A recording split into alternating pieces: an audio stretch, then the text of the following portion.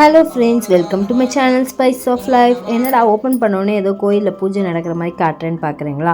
Already என் சேனலில் நிறையா என் கோவில் திருவிழா வ்ளாக்ஸ் பார்த்துருப்பீங்க. இதுக்கு முன்னாடி வீடியோ கூட நான் எங்கள் ஊர் கோவில் திருவிழாக்கு போகிறேன், அதுக்கு என்னென்ன ட்ரெஸ்ஸஸ் எடுத்துகிட்டு போயிருக்கேன்ற வ்ளாக் தான் இது. வந்துட்டு டே இன் மை லைஃப் வ்ளாக் மாதிரி தான். அதாவது என் கோவில் திருவிழாவுக்கு முந்தின நாள். என் கோவில் திருவிழாவில் நான் பெருசாக வீடியோவில் காட்டலை, ஏன்னா ஆல்ரெடி போன வருஷமே போட்டிருக்கேன். அதனால் இந்த வருஷம் பெருசாக நான் அதெல்லாம் காட்டலை. So first day in my life மாதிரி நான் என்னெல்லாம் பண்ணேன்றதை இந்த வீடியோவில் பார்க்க போகிறோம். மார்னிங் வந்து கோவில் திருவிழா ஸ்டார்ட் பண்ணுறதுக்கு முன்னாடி கும்பாபிஷேகம் வச்சாங்க. ஸோ அதுக்கு தான் போய் கலந்துக்கிட்டோம். காலையில் ஒரு 10 மணி போல் இது நடந்துச்சு.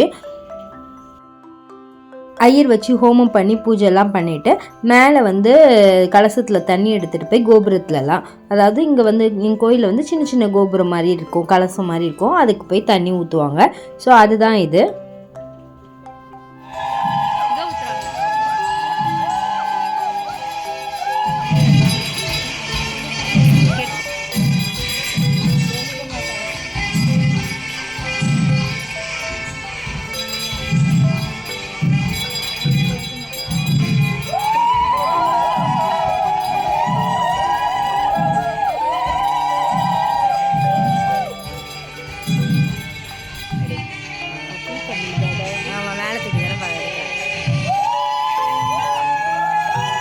பூஜைலாம் பண்ணி முடிச்சோடனே மேலேருந்து அந்த கும்பாபிஷேக தண்ணியெல்லாம் தெளித்தாங்க. ஸோ எல்லோரும் மேலேயும் தெளித்த பிறகு கோயிலுக்குள்ளே போயிட்டோம். இதுதான் எங்கள் ஊர் அம்மன் கோயில்.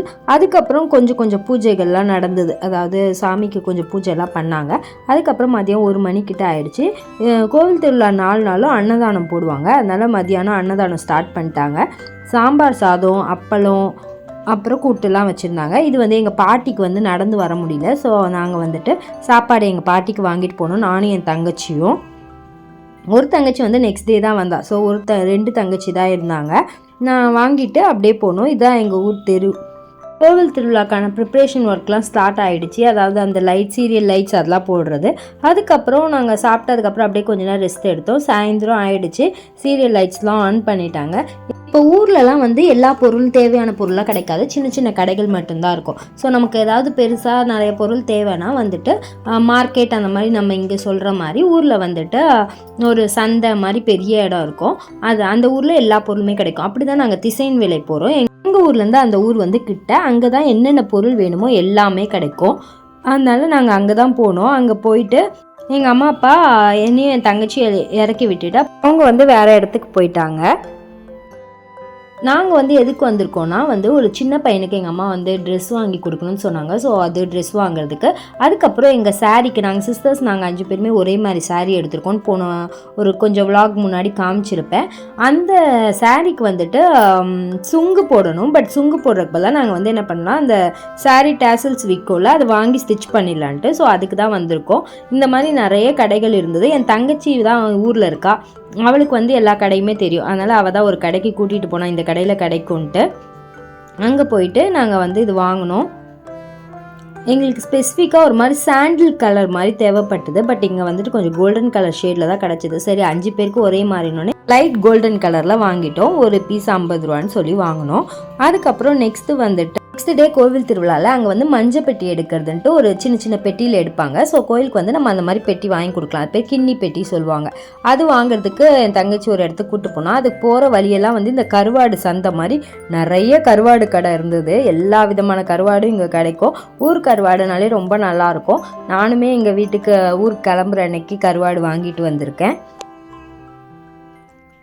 கருவாடு மட்டும் இல்லாமல் காய் கடை அந்த மாதிரி போகிற வழியெல்லாம் நிறைய கடை இருந்தது. அதுக்கப்புறம் நாங்கள் அந்த கிண்ணி பெட்டி வாங்குற கடையும் பார்த்துட்டோம். பட் போகிற வழியில் நல்லா இருட்டாக இருந்தது. என் தங்கச்சிக்கிட்ட என்னடி இப்படி இருக்குது அப்படின்னு சொல்லிட்டு, வாங்க நான் கூட்டிகிட்டு போகிறேன்ட்டு அவள் தான் கூட்டிகிட்டு போனான் எங்களை.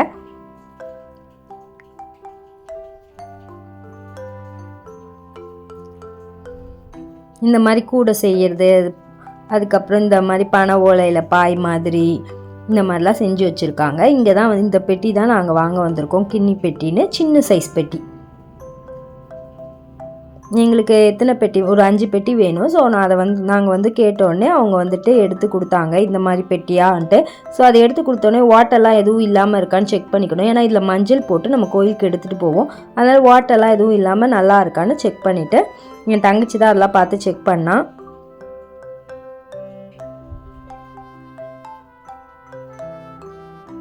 எல்லாமே கரெக்டாக பார்த்து வாங்கிட்டு திருப்பி நாங்கள் கிளம்பிட்டோம். நெக்ஸ்ட்டு வந்து ஒரு சின்ன பையனுக்கு ட்ரெஸ் எடுக்கணும்னு சொன்னோம்ல, எங்கள் அம்மா பார்த்து எடுத்துகிட்டு வந்துருந்தாங்க. அதனால் அந்த கடைக்குள்ளே போயிட்டு ட்ரெஸ் பார்த்தோம். வழியெல்லாம் நிறைய கடைகள் இந்த மாதிரி வெளியில் பொம்மைலாம் நிற்க வச்சுருந்தாங்க. அப்படியே பார்த்துட்டே போனோம். இங்கே ட்ரெஸ் வாங்க வந்தேன். இது வந்துட்டு சின்ன பையனுக்குன்னு நான் கொஞ்சம் கலர்ஃபுல்லாக கொஞ்சம் எக்ஸ்பெக்ட் பண்ணேன். பட் வந்து அங்கே வந்து அந்த மாதிரி ரொம்ப கலர்ஃபுல்லாக எனக்கு கிடைக்கல. இந்த மாதிரி ஒரு 2-3 ஷர்ட் மாடல் தான் காமிச்சாங்க. ஸோ இதில் ஃபைனலாக வந்து அந்த ஃபஸ்ட்டு நான் பார்த்த ஒரு கலர் மாதிரி அதுவே எடுத்துட்டேன். இந்த இதுவே நான் வாங்கிட்டேன். ஏன்னா மற்றது எல்லாமே கொஞ்சம் டல் கலர்ஸ் மாதிரி எனக்கு தெரிஞ்சுது. ஸோ குழந்தைங்களுக்கு கொஞ்சம் டார்க் கலர் போட்டால் அழகாக இருக்குன்னு சொல்லிவிட்டு நான் அந்த கலர் வாங்கினேன். அதுக்கப்புறம் எங்கள் ஷாப்பிங்லாம் முடிஞ்சிருச்சு.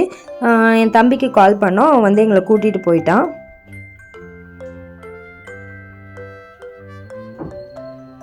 அப்படியே கொஞ்ச நேரம் அப்படியே அந்த ஈவினிங் டைம் ஃபுல்லாக வந்து இந்த மாதிரி ரவுண்ட் அடிச்சுட்டு இருந்தோம். போகிற வழியில் அப்படியே எங்கள் அப்பா வடை வாங்கி கொடுத்தாங்க. அதையும் சாப்பிட்டுட்டு ஊருக்கு போயாச்சு. ஊரில் ஃபுல்லாக சீரியல் லைட்ஸ்லாம் போட்டு செம்மையாக இருந்தது. இந்த திருவிழா வைப் வந்து ஸ்டார்ட் ஆகிடுச்சு இந்த மண்டே ஈவினிங்கே. கடப்பறையில் வந்துட்டு கும்மி அடிச்சுட்டு இருந்தாங்க. என் தம்பி வந்து நைட் டிஃபன் வாங்கி கொடுத்துட்டான். ஸோ சாப்பிட்டுட்டு இந்த டேவை கம்ப்ளீட் பண்ணிட்டோம். எனக்கு இப்படி தான் இந்த டே ஃபுல்லாக போச்சு. உங்களுக்கும் இந்த வீடியோ பிடிச்சிருக்கும்னு நினைக்கிறேன். தேங்க்ஸ் ஃபார் வாட்சிங்.